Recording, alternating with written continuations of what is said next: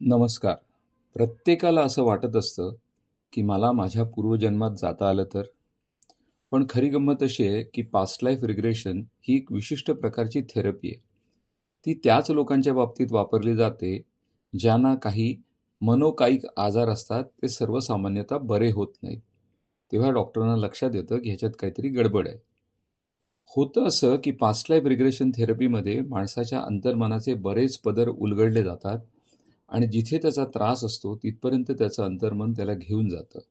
आणि कदाचित तेच त्याला जसं आपल्याला पडतात ना स्वप्न, तशागत स्वप्नातलं काहीतरी असतं, ते आपल्याला वाटतं. तशागत ते पूर्वजन्मातलं आहे असं वाटतं आणि ते मोकळं झाल्यावर त्या माणसाचं मन, त्याचा त्रास सगळा काही मोकळा होतो. होय. मी जे काही हिप्नोटिझम शिकवतो, त्याचा आता लवकरच वर्ग सुरू आहे आणि जो ऑनलाईन आहे. परंतु ह्या वर्गात मी पास्ट लाईफ रिग्रेशन कसं करायचं हेही शिकवतोय हां.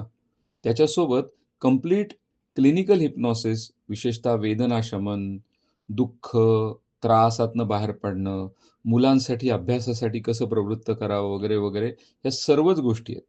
तुम्हाला या संदर्भात अधिक माहिती हवी असेल, तर माझा दूरध्वनी क्रमांक 9821347816 वर मला संपर्क साधावा. शेखर कुंटे.